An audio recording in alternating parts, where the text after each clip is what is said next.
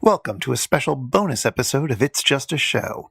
Before listening, you might want to check out Episode 4, Yelling at Dinosaurs, on MST3K's Season 10, Episode 4, Future War.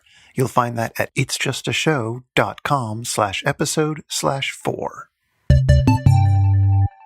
As is sometimes the case when we record this, we end up going down a few curlicues and tangents. And one of the things we ended up talking about at length last time Beth and I recorded was the overall feel and impact and changes that happened when the show moved to the Sci-Fi Network for its last couple of seasons. It turns out we have a lot of opinions about this. Yes, this is a surprisingly hot button issue, but because both you and I agree on overall on how the era turned out, it's like the nicest episode of Crossfire ever recorded. Now, we go on a bit at length. It was perhaps best to, isolate it. So, I don't know, think of this as the Kid A to Episode 4's OK Computer. That references the Amnesiac to Kid A. Oh, think of this as an album to a different album. But I'm sure this is a discussion that a lot of people have some opinions on. So if you have any comments about anything we say after this, please let us know.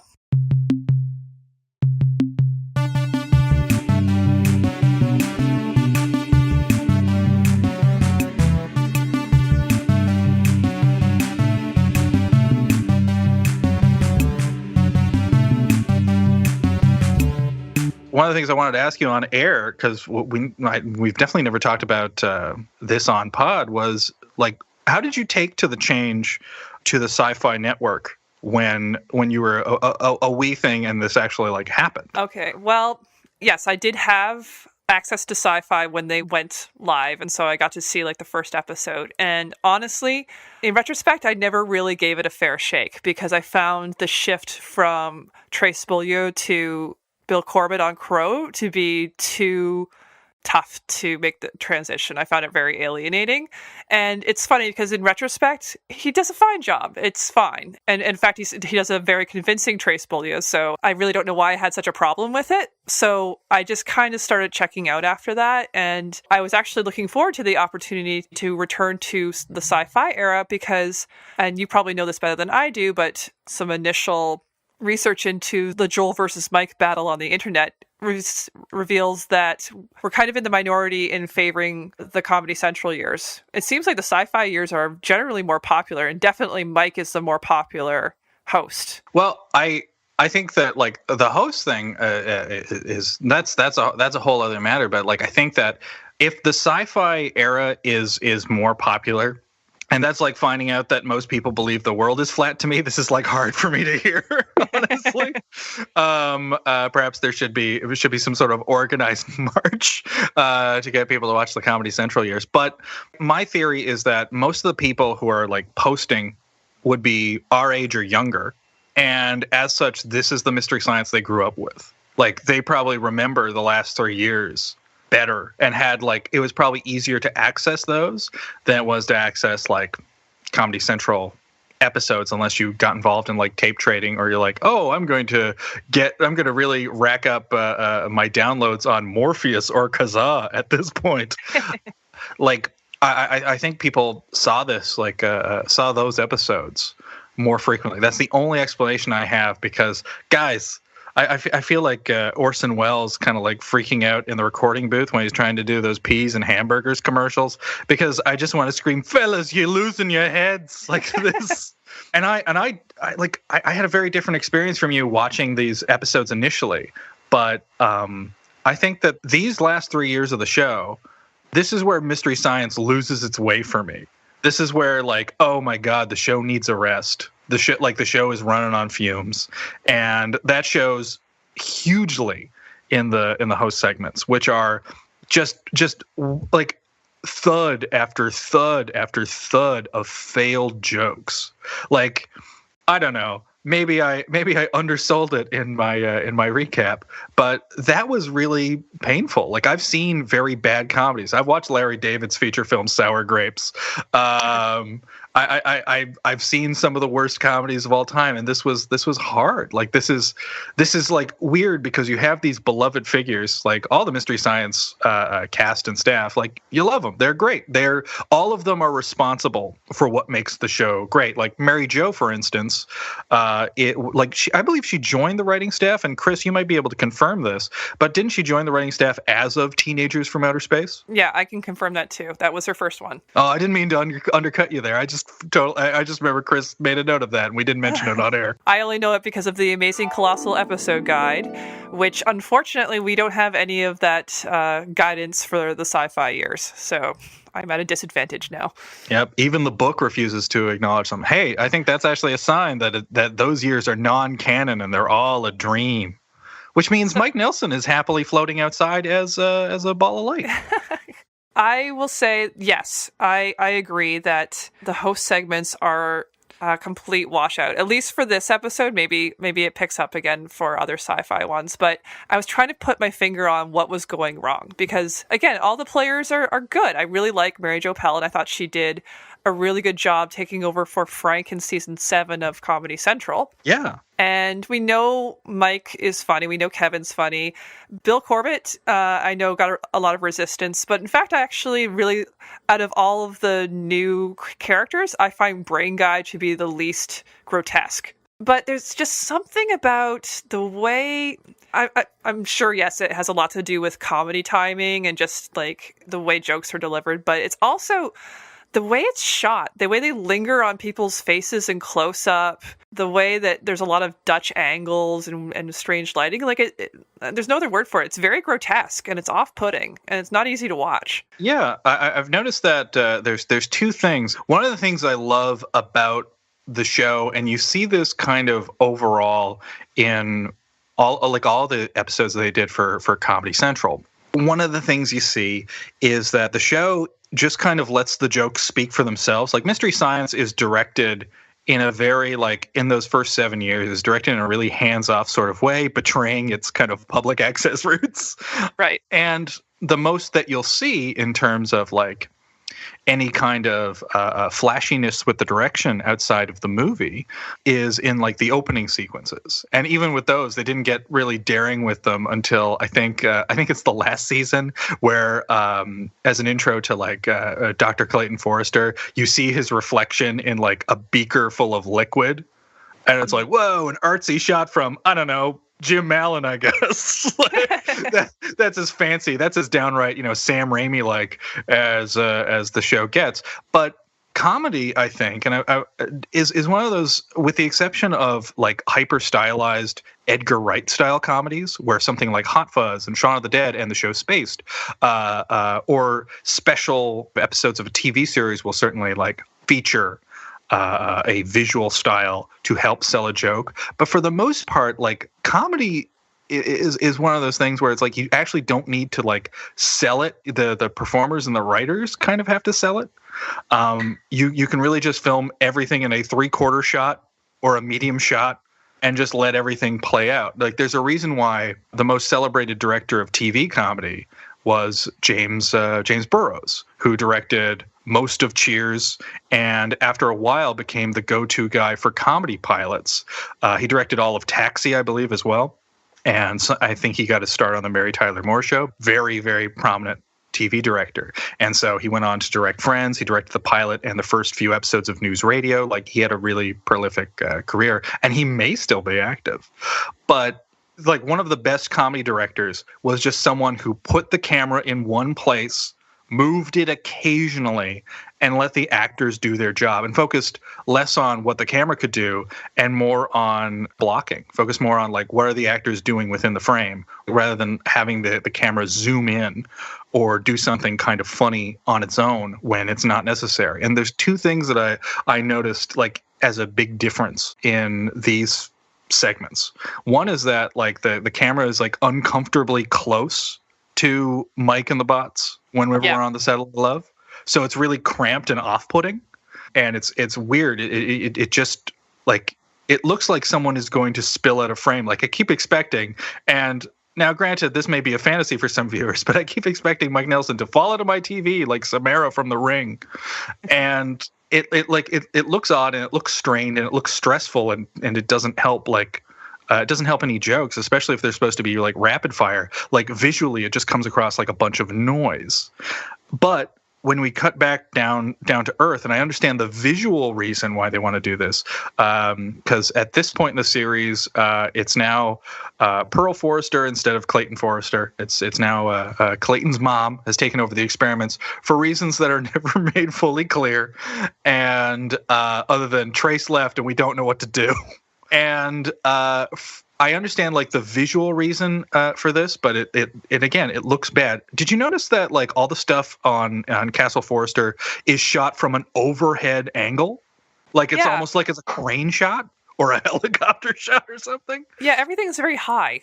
Yeah, and it again, it looks awkward. You have like Mary Jo, who is like a really she's a really capable performer. She's really funny, and if you want like a nice dose of what she can do, I'd recommend watching The Brain That Wouldn't Die when she shows up playing the titular character. She shows up as Jane in the Pan, and she's hilarious. But in this, she has to like arch her back and like her neck to like look up to the craned camera, and everyone else does too. So you also have this really awkward blocking. So it looks unpleasant. It looks unnecessarily busy. And everything that I'm getting from this point in the show is just that people are bored and are just looking to spice it up. And I think that resulted in like a lot of mistakes. Like you'll notice that in comparison with I think just about all the episodes we've watched before, although this does happen towards the end of the Comedy Central years too, the kind of nice, even TV lighting, like the bright floodlit, yes, this is just a TV show lighting that you had for most of the series. Yeah, like you're about to do a cooking class. Yeah.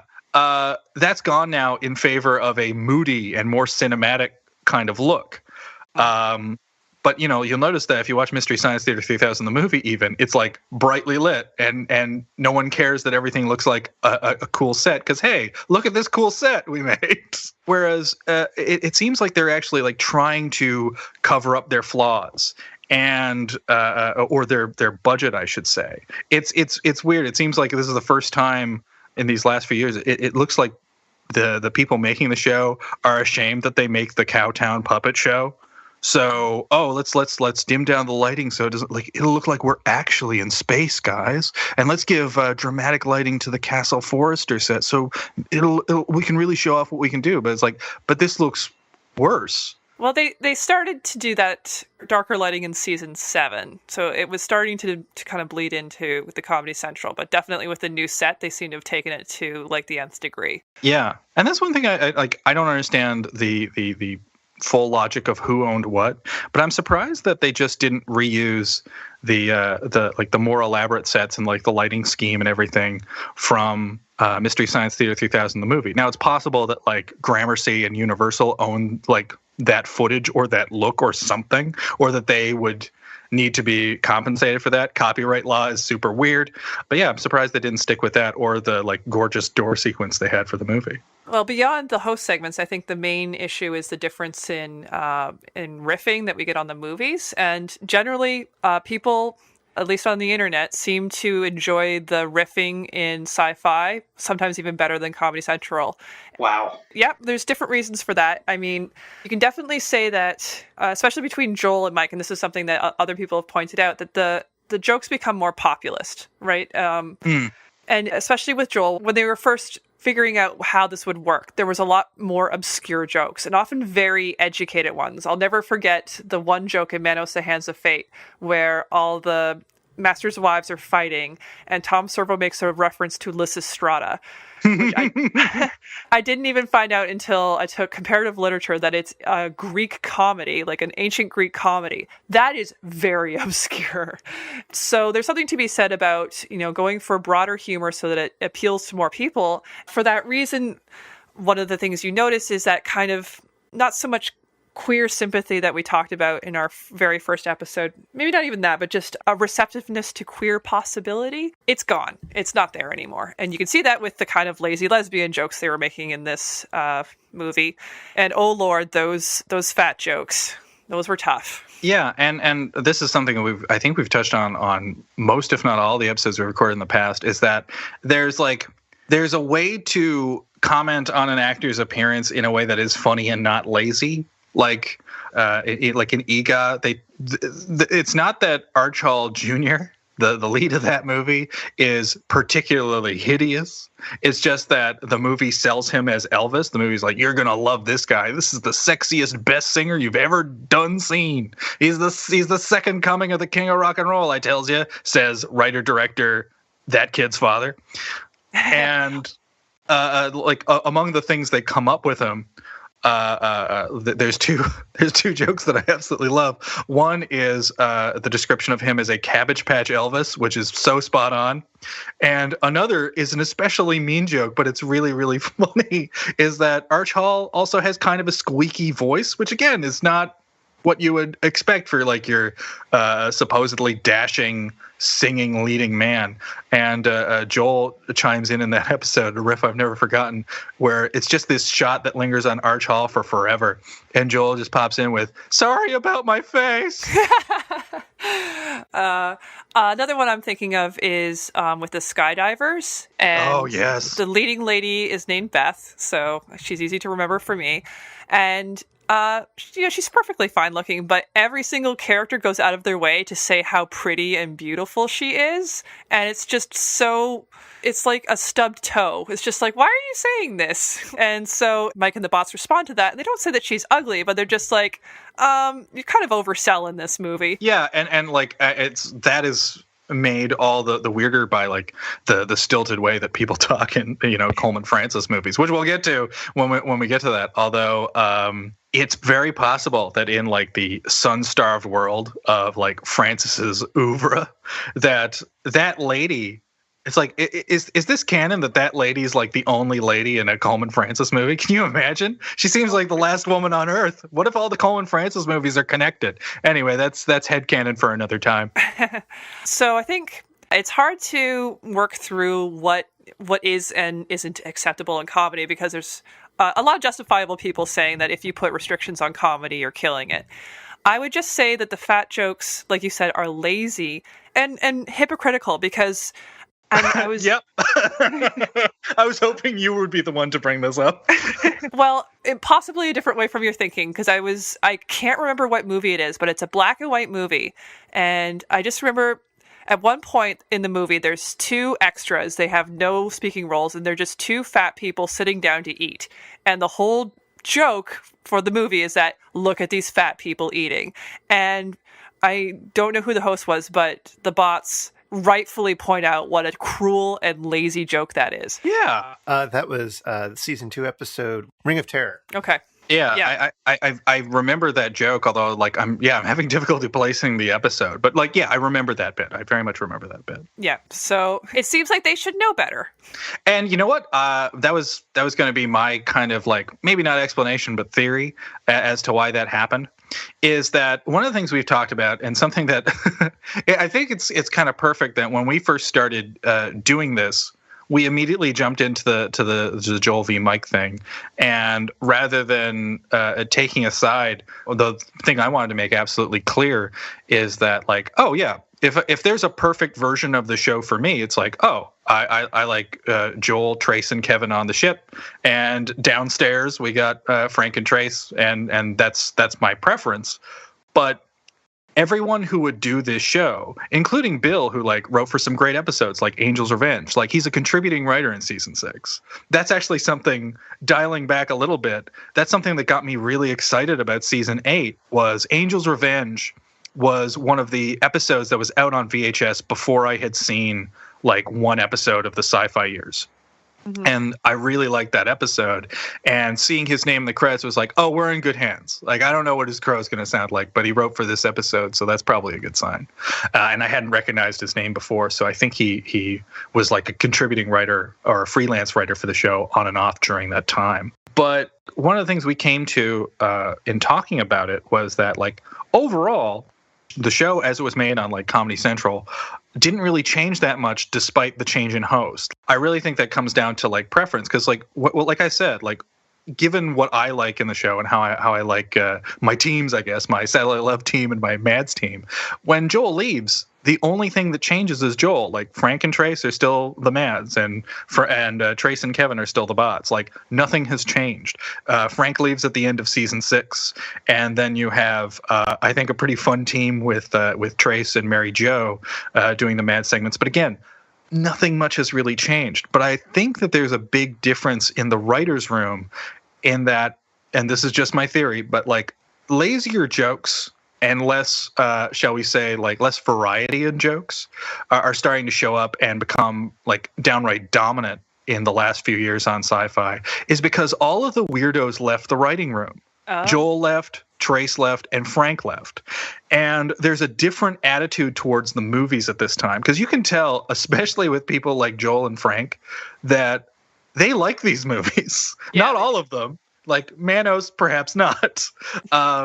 But there's a real, and Side Hackers, perhaps not. But there's a genuine affection. And one of the things I love, and it's probably like one of the main differences, I would say, like in the change of host, but it's not that troubling for like those first few seasons with Mike, is that like there's a real affection for these movies. And at no point does the low budget cable access looking puppet show claim to be better than people trying to make a sci-fi, a monster, a biker movie, a spy movie. We're not better than this. We're just kind of paying homage to it. And there's a weird kind of thrill, it seems, in like getting these weird movies, like the Coleman Francis movies, like Manos, like Pod People, these strange movies that no one's ever heard of, and getting them on the air, almost as if they're getting away with something. We're going to show you something that you've never heard of, that you're never going to forget. And I really like that. And by the time we've gone over to Sci-Fi, like Mike Nelson in particular has been pretty open about the fact that like he doesn't think these movies are any good and that they're ultimately kind of charmless. Like he doesn't like any of these movies that they've riffed.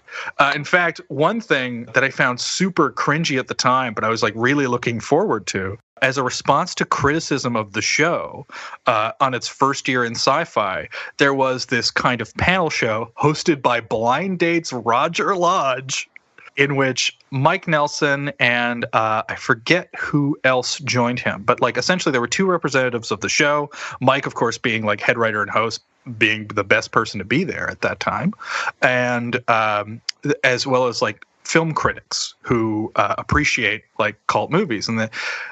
And essentially, it's just going to be a debate about whether or not these movies are really bad. And I think the film critics who are on have like a real point, which is that, like, for instance, they were looking at a lot of Universal B movies and Roger Corman movies at the first part of the first few episodes of season 8. And the film critics were saying is like, these movies are not bad. Like they're yes, you can say they're low budget, and yes, you can say that like they're awkward, or they show that they ran out of money plenty of times, but it's not like they lack imagination or that they don't have interesting ideas or that there aren't some good performances or there aren't some like good effects for the time or show some kind of ingenuity. And the representatives of the show are just like, no, they're all bad. No one should watch these. These are stupid. I think you're misremembering them. This Island Earth is a shitty movie, blah, blah, blah. And nobody comes across, and it gets surprisingly heated. And nobody in that what should be like a fun kind of laid back discussion about these movies, nobody comes across well. But I think no one comes across worse than the representatives of the show. Like it's just like uncomfortable. There's a real kind of sense that it's like, oh no, they're not here to celebrate these movies or to like have fun in showing them to you. They're just doing a job at this point. And that, I think, is a big distinction between like the early years of the show and these last few years of the show. I think there's a real excitement about doing the show that you see throughout most, if not all, of their years on Comedy Central.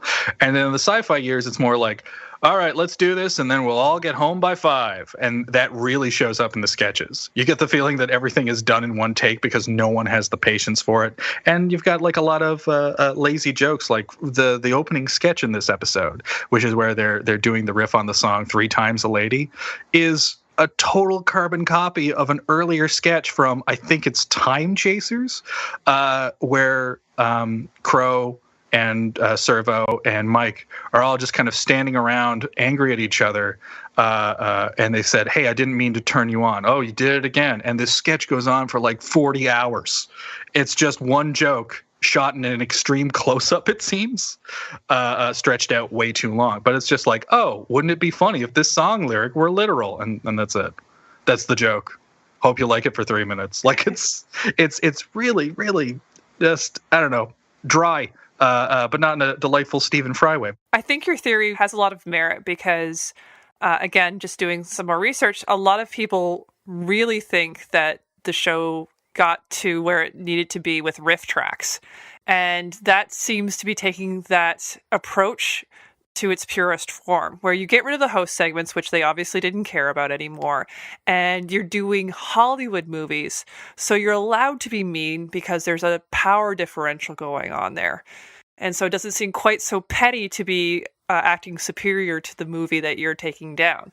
Yeah, that's true. Although, like, again, there's like a weird, not quite unfairness, but there, like, I think that added meanness hurts them more than it helps them. But again, I say that as someone who like prefers a kindler, gentler time on the satellite love, because there's a Riff Tracks movie that features B-movie icon Bruce Campbell. And they're making fun of Bruce Campbell, who is a delightful comic actor. He's great. He's it's impossible not to be entertained by this man. I think that for folks listening, if that name doesn't immediately like conjure up a bell, what am I saying? Oh my God, guys! I think I had 4 successive strokes on air. No, that was just a lovely mixed metaphor. I hope it turns up later. Yeah, I'm working on mixing my metaphors for my Doctor Who audition later. I guess that's going to be my quirk. But yeah, if Bruce Campbell, if that name rings a bell at all, I know him. Yeah, you do. But I was just going to say that for folks that might not necessarily put a face or a chin to that name, that he's probably best known for his works with Sam Raimi, particularly like the Evil Dead trilogy, or he was, in my opinion, the best of the Old Spice spokesman, where he had an amazing ad where he is in a smoking jacket, looking like Hef, and he's playing a piano for a bevy of women, but he's playing like a piano ballad version of "Hungry Like the Wolf," and I haven't been able to forget that. But it's like, yeah, if you're mocking this, I don't know, this by no means like rich and famous megastar, but like a really talented guy, you look bad. Like it backfires. Like I'm a bit like taken aback by that, where it's like where they're sort of making fun of him, and I'd be like, sorry, Bill Corbett, but you wrote Meet Dave. I know who I love more in this. Yeah, it's going to be interesting for us going forward, going through the Sci-Fi era, because I admit I think there's a level of meanness that I enjoy that's maybe a little bit further than you are comfortable with. But I think this movie at certain points went too far for me. Yeah, and like I said, it has more to do with like I think it's just laziness, because like I can think of one of the best episodes of this time of the show, and it is on Netflix, so we'll probably get to it sooner rather than later. But there's an episode called Space Mutiny. I don't know. Do you remember that one very much? You mean the one that everyone thinks is the best, possibly even better than Manos: The Hands of Fate? Yeah, those people are crazy. But it's a good episode of this era. It's sort of like, let me put you this way. And this is kind of how I feel about the Sci-Fi era and finding out that it's people's favorites. And I do want to say this. I am not ragging on you if you like the Sci-Fi era. Neither of us are. But I would actually, and I would really like this, if you like the show, particularly during this time, like this is a favorite time of the show for you, if not the favorite, please write in. I would genuinely like to know what you see in this era, because like I can't see it. I would really be interested. But Space Mutiny, it's a good episode. It's got some really funny riffs in it. I personally don't think that like the best of the Sci-Fi era could hold a candle to like the more middle of the road Comedy Central episodes, but it's really funny. It's one of the best ones of this time. And even that has what I would consider to be an extremely lazy series of jokes, which is that whenever they cut to like the models of ships and stuff flying by, which is all just recycled footage from Battlestar Galactica. Nobody notices that these are like recycled, that this is recycled footage. Like, even if you didn't know Battlestar Galactica, which I didn't, I had to look that up when I saw the episode years ago, because I don't know the old Battlestar Galactica. I feel like if there was somebody who was genuinely into, old kind of B-movie sci-fi, like genuinely enjoyed them on the writing staff, somebody would have caught that. Yeah. And you just know that, like, someone who was raised by a TV, as seemingly like Joel Hodgson was, would have immediately recognized that. And but it's one thing if it's like, oh, you don't know the, not that great old TV show that these special effects come from. That's fine. But surely someone, if they knew film at all, would have like noticed that the quality of the footage changes, as it always happens with stock footage. But nobody picks up on it. And instead, Kevin and Bill start humming different parts of classical music featured in 2001, except instead of like humming or whistling it, they're just saying the word crap and the word lame over and over again. And it's utterly charmless. Like, it's people I like, because I actually think that, yeah, Kevin, Bill, and Mike have really good chemistry together. I took to New Crow pretty well. I was just happy it wasn't a train wreck, I think. But you're worried about a cast change like that. I think he did an admirable job, and it's just kind of sad to see that, like, that's the best they could do. Yeah. So I don't know. For me, I tend to think of this as like, this is where the show is kind of like settling, and it's just guys who want to get home by 5 and have lunch and film it and stop doing it as soon as possible. They're all a little tired. And I think it's interesting that you note, although you didn't go where I thought you were going to go, and I'm glad you went with a deeper cut in regards to the double standard about making fun of people's appearances. Because, like, yeah, I remember the team in the theater being like really harsh and really vicious towards the movie for making fun of fat people in such a blatant and dumb way. However, I think it's kind of funny that you have a lot of comments about actors' appearances in the Sci-Fi Era in particular, when if you watch a behind-the-scenes documentary or a special feature on any of the DVDs that they put out, there's one in particular, and it's the DVD that I have that has Space Mutiny and Overdrawn the Memory Bank on it. There's a talk with both Kevin and Mike, and they're both wearing some really unflattering clothes, and Kevin has food stains on his shirt. Oh no! And they're both talking about like how, and they even talk about how, like, even more important to them than the show was like the big lunches that they would have. It was like, guys, you do not come across well in this. So yeah, maybe they don't quite have as many stones to throw when all of your shirts have, like, I don't know, big oil stains on them. And it's not like they did make one joke that was kind of appearance oriented that I thought worked, and I'm still trying to work out why. But at some point, Mike makes a joke about how many Zubas they must have gone through during the set of this movie.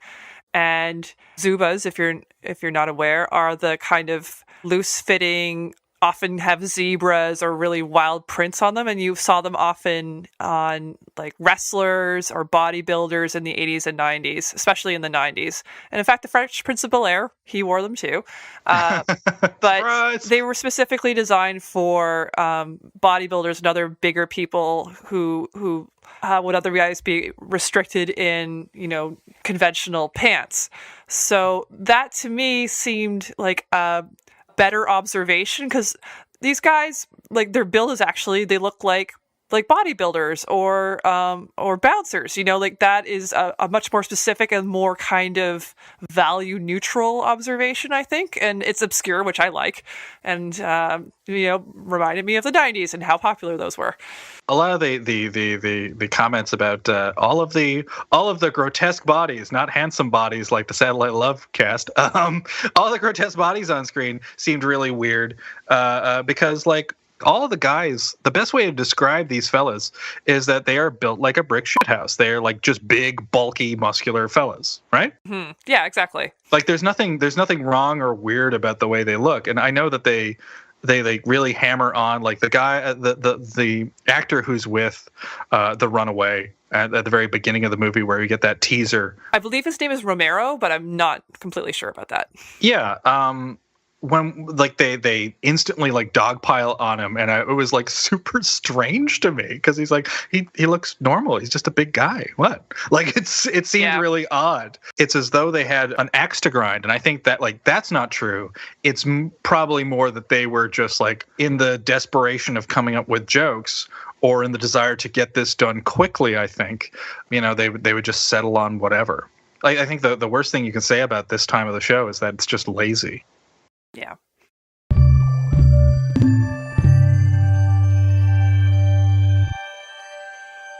Well, Adam, I think we're all very clear how you feel about the Sci-Fi Era, and I think I tend to agree, but I'm going to withhold judgment for future episodes. It might be that this was just a particularly bad representation of the things that we don't like, but it might be especially... I'm holding out hope that maybe the first couple seasons are not as disappointing as we might remember them to be. Well, I think we should remain cautiously optimistic because, like I said, issues aside, Space Mutiny is good, and one of the first tape traded representations of this season that I got was a really good episode, and like really made me feel that Bill Corbett belonged on the show.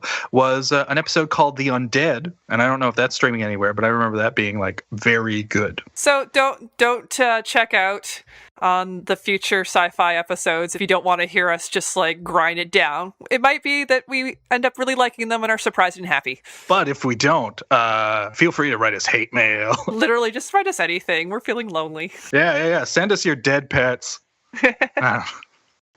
Send us something threatening. And here's how to get in touch with us. Email us at info@itsjustashow.com, visit our website at itsjustashow.com, or we're on Twitter at itisjustashow. Thank you.